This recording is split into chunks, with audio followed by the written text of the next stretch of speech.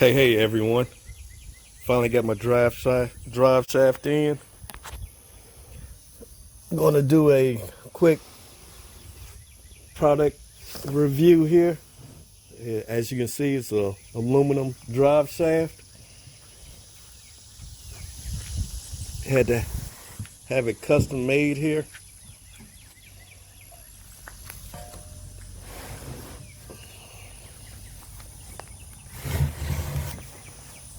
As you can see, it's all aluminum.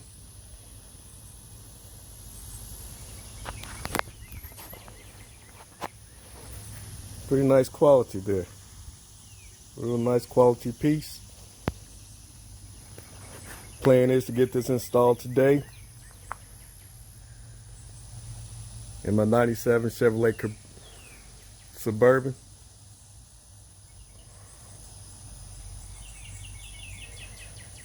Get Christy back on the road here.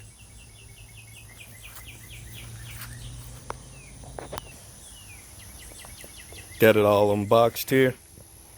It was packaged well. As you can see the wheel quality there.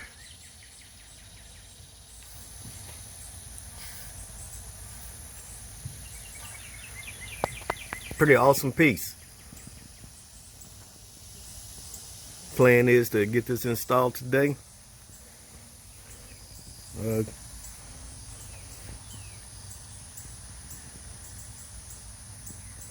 Pretty nice piece. Hopefully the install goes pretty good with no issues. Wipe off any debris on the slip yoke here.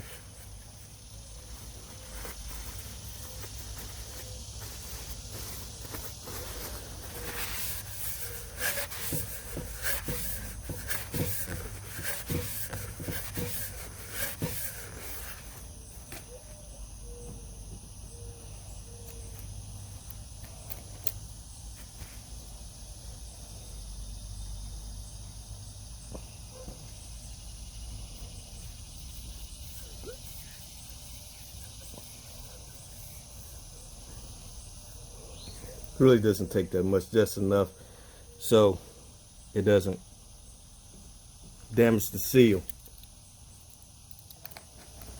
Go ahead and get this drive shaft prepped for install here. Want to check the these caps here. Make sure we got some grease in here. Don't want to have any premature wear. So I'm gonna go ahead and unwrap the tape here. Take the caps off.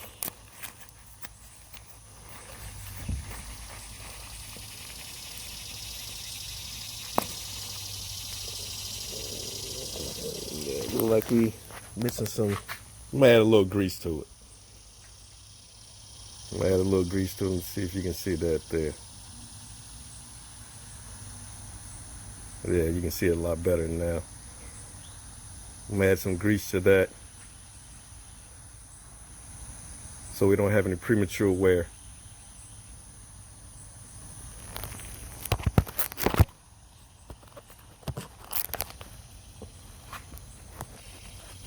Got me some high temperature grease here.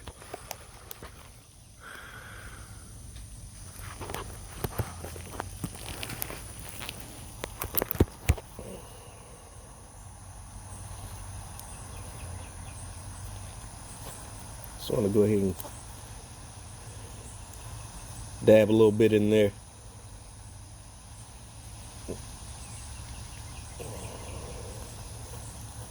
I'm gonna put some on the shaft as well.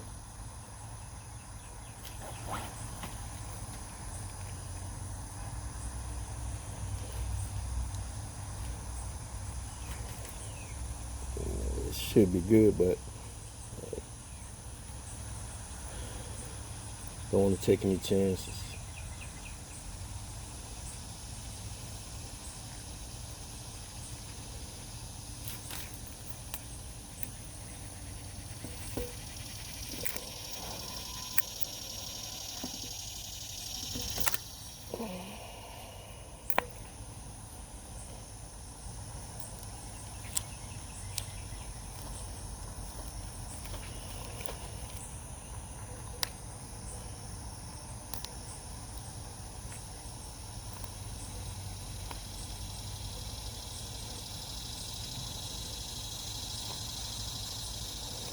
Gonna spread this grease out a little bit so I can get this cap on here.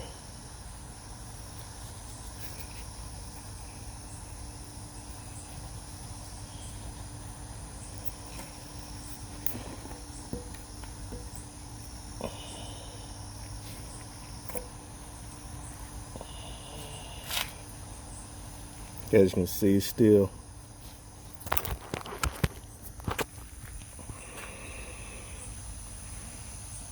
gonna use a little bit more grease there. Just don't want to take chances not having adequate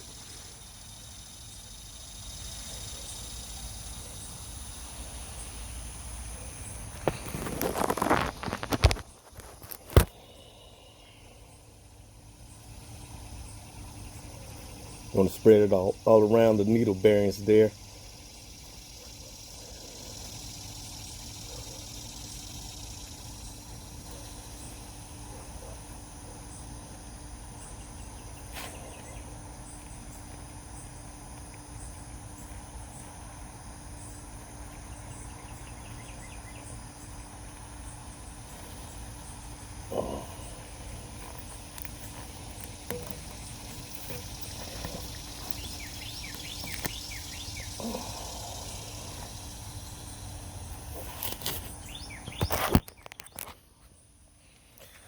Got the U-joint caps there. Added a little grease to them. I'm gonna wipe that excess off the caps there. Really don't need anything on the outside of the caps, but you want to be sure that your needle bearings are properly greased there, so you don't have any premature wear or any binding or anything like that, you know, soon after install. Before you put the drive shaft in, you want to go ahead and put a little transmission fluid on your seal there, so there's no damage.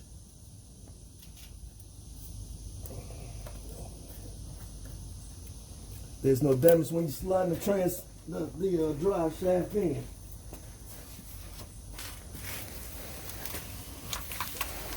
I got the drive shaft up under the vehicle here.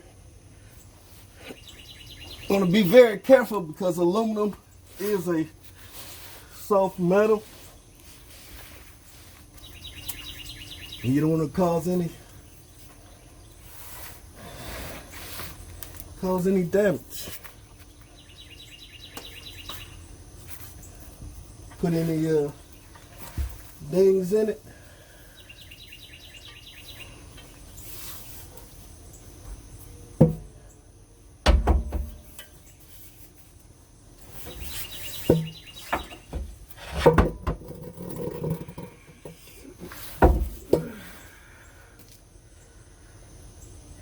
Gotta get it to slide into the splines there.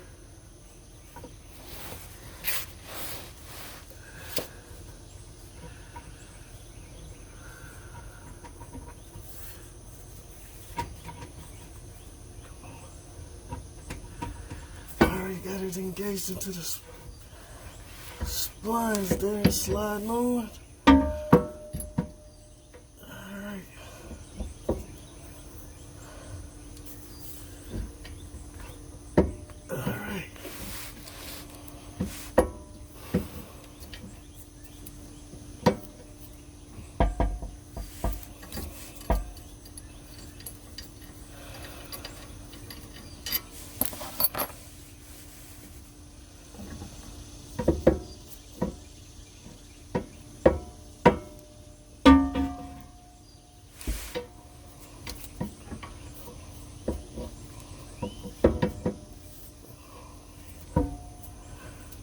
Got to slide it all the way in there to the transmission. Got it located in the transmission here.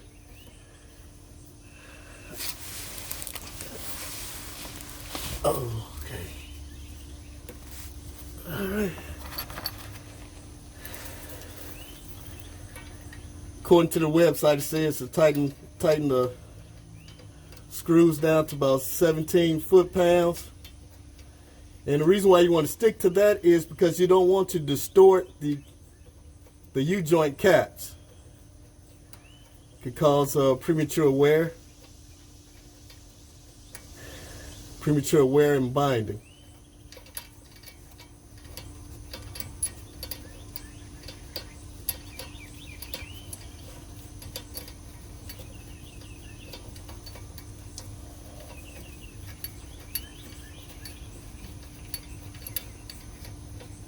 Get the cap started here. Get these bolts started here.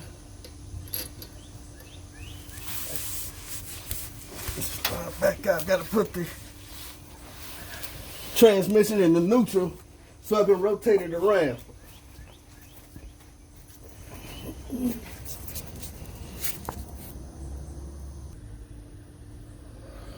Alright, so had to go back and wipe some of that grease out of the caps there. Just put a little bit too much in there. It was causing the caps to hang up and not sit correctly on that pinion right there. So, but got that sorted out. Now I'm just trying to get the pinion and drive shaft angle just right so I can get the screws in.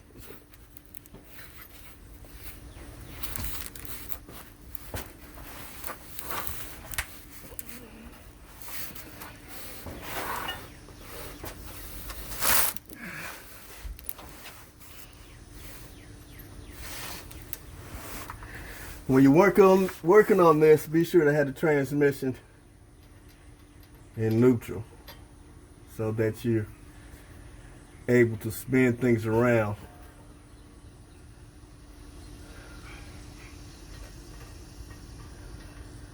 And we still got an issue, Houston.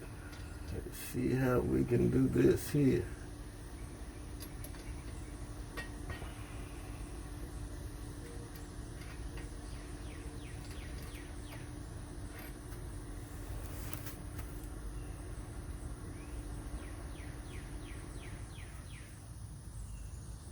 Awesome.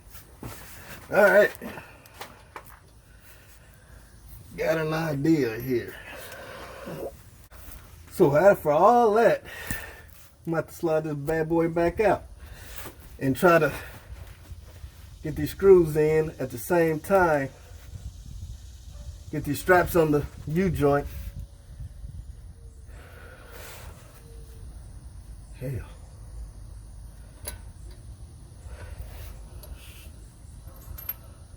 You hell, hate to have to do that.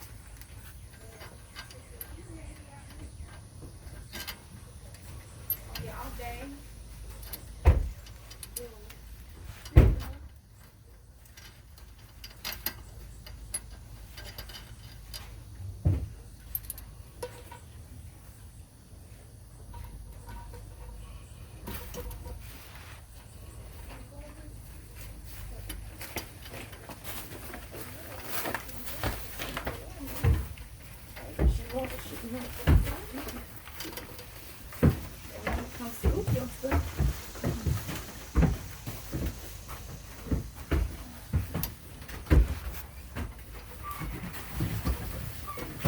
So let's hide this though. Oh gosh.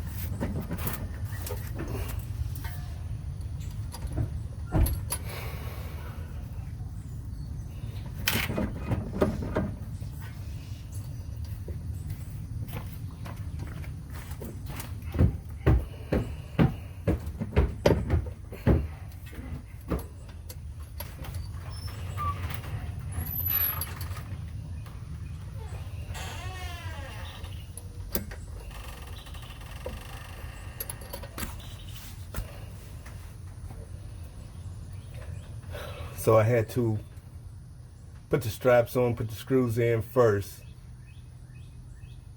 while trying to hold the drive shaft up. Otherwise,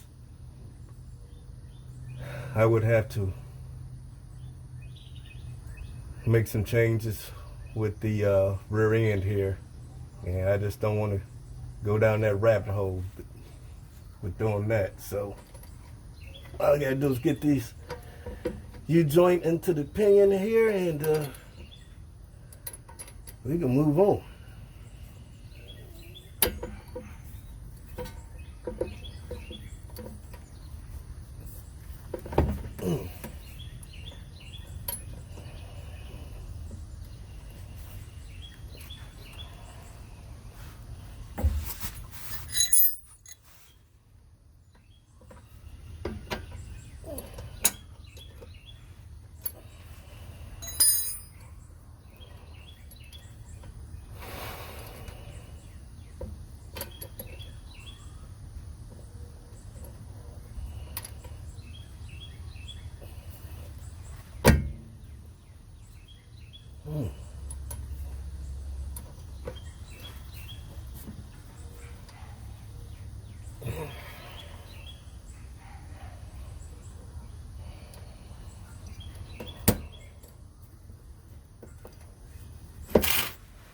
All right, I think we're in business, viewers. We are in business. So let's get to tighten this down. I don't think I will be able to get my torque wrench in here, so I'm going to have to do it by feel. I mean, 17 foot-pounds is really not that much.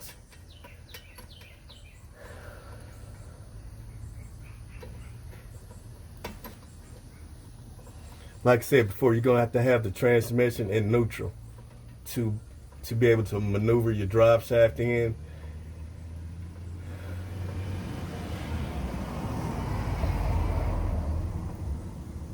And it's best to go ahead and have that done before you even get started, so you don't lose your place where you are and the progress that you made. You don't want to undo what you just did to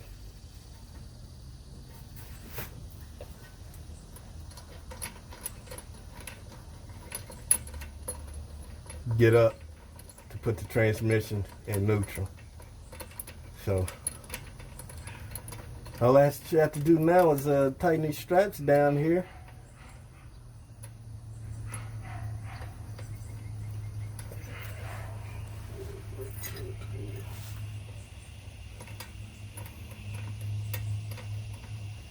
And that should be that.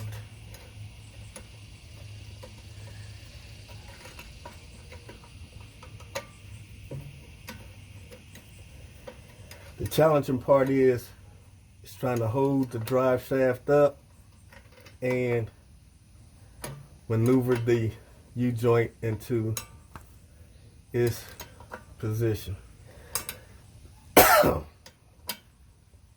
So tighten one side down, the strap down, and get the other side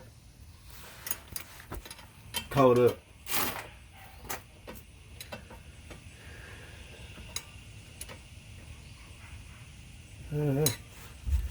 That's in this proper place there.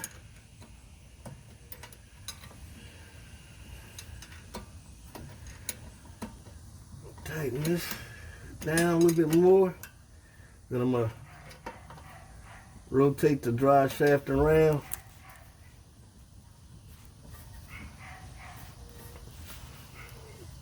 So I can do the same thing to the other side.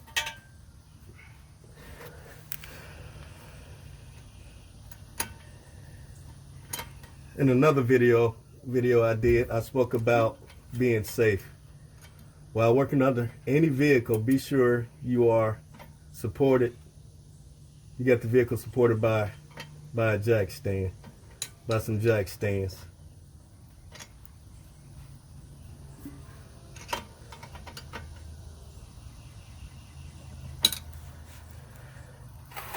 Now this part right here, I'm about to put the transmission in park so that I can get these bolts tightened down. bolts tightened down. See how much easier it is to work with the transmission and neutral.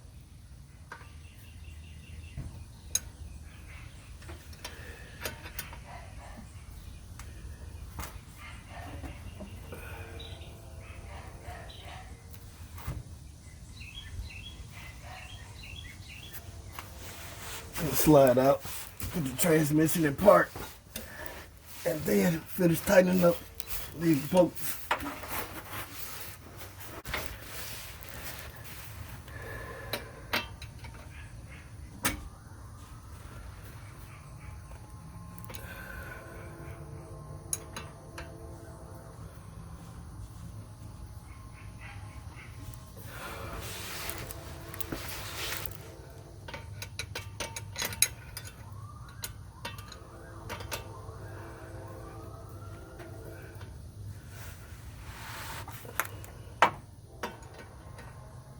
Probably would have been a good idea to put some Loctite on these bolts. I didn't have any available to me, so it is what it is. It is what it is.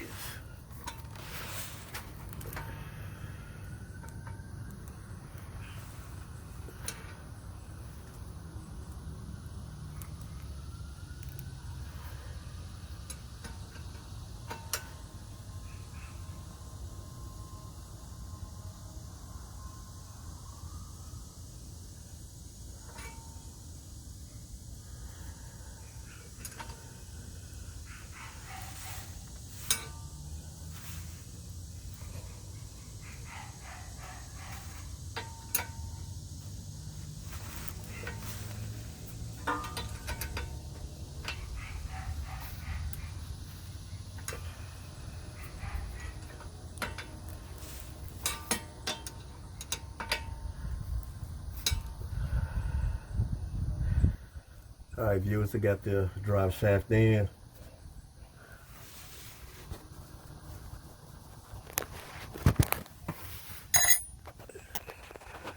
Let's see here.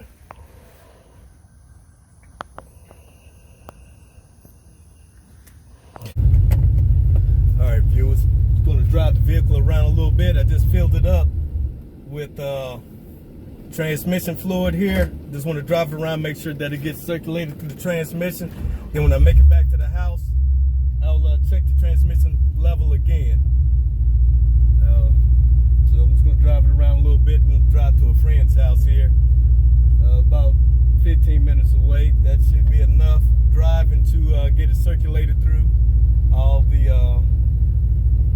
through the passages and everything. But wow, it is very hot here in the great state of Alabama.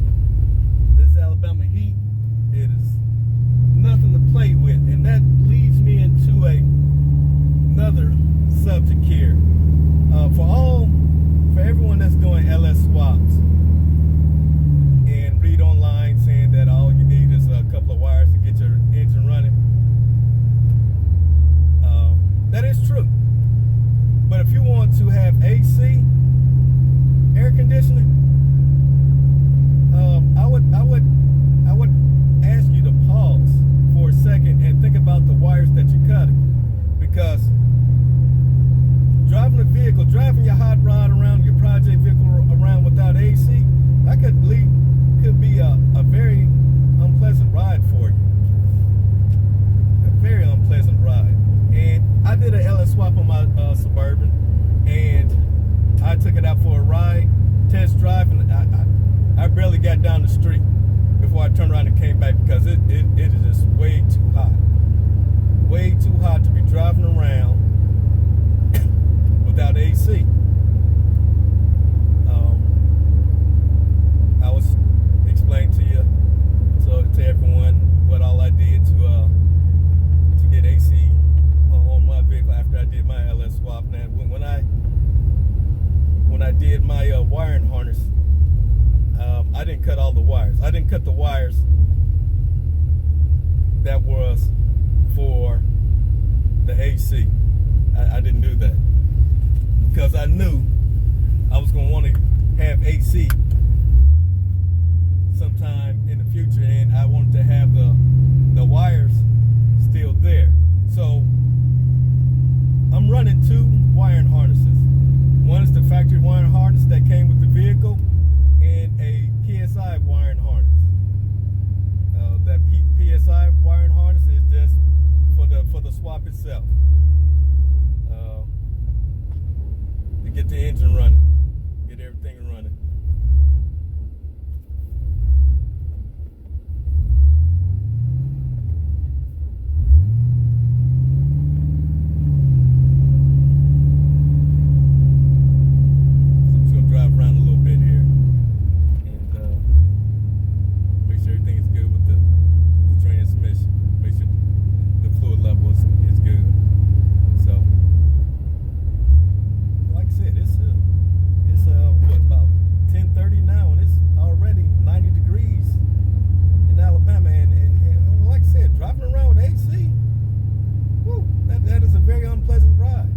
Especially if you got leather, vinyl seats. That's not a very comfortable ride at all. So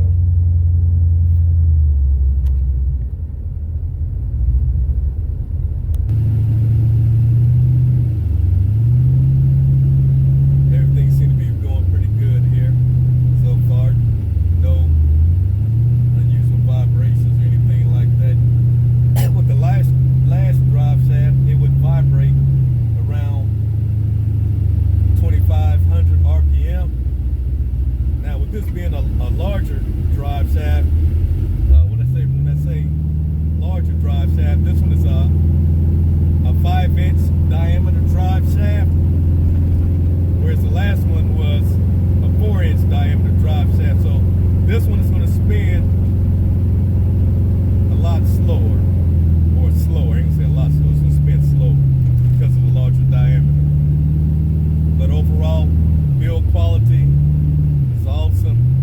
Once again, thank you to the good folks at Performance Driveline in Bakersfield, California. Customer service was top notch. The young lady, we text back and forth. She was asking me about different measurements and things of that nature.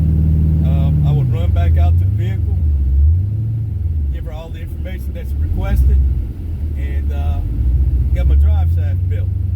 Didn't take that long to get the drive shaft delivered to me. It was, from the time the order was placed to ship to my door, was maybe 7 business days, maybe 7 business days, maybe. I mean, that's a quick turnaround from order placed and shipped to my door. Drive shaft was packaged well. I showed in another video, the product review there, how the drive shaft was welded and everything. They used splicer U-joints. Overall build quality was good. Great customer service. Yes, I would do business with them again. I would recommend their services to anyone. And here's the thing that led me to them. I went to a local drive shaft spot here in Alabama, in the city, and they quoted me a price of over $700. The drive shaft that I have from Bakersfield, California, shipped to my door, shipped now. My cost was like $585, and that's shipped. So, and I believe it's better quality than what I would have gotten local. So, big shout out to Performance Driveline in Bakersfield, California.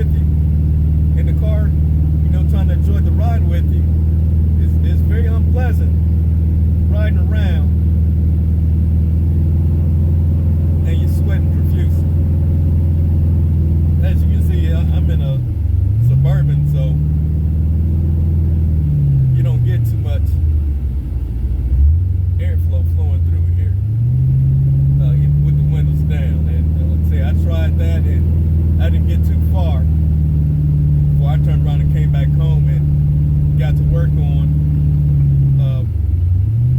getting my AC set up.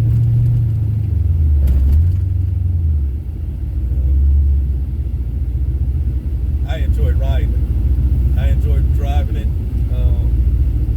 AC is ice cold.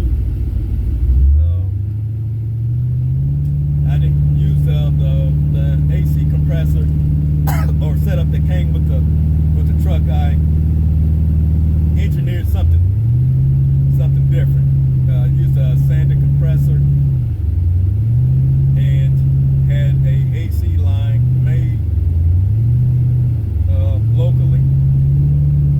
It was a process in itself. It was a project in itself there, because I wanted to not only have front AC, but I wanted the AC in the rear to work as well, because I do have other people that ride with me, and I want them to be comfortable as well. So I don't have a temperature gauge in here with me, but I would guess to say probably got about 40 degrees coming out of the vents right now, and it's 90 degrees outside. So you want to be able to enjoy your ride. For those that have drop tops, I would still encourage you to have some type of AC system. What do you do when it's raining outside and you don't have AC? You got to put the top up and still open the windows or something. And you don't really want to do that because rainwater's getting inside your vehicle. You don't want to get to your destination and you sweat into your outfit out. Sweat into cologne. Your wife, your girlfriend, her perfume don't smell the same anymore. So, just a thought. Just a thought. And I would strongly suggest that you fab up some type of air conditioning system. Have that priced into the project as well.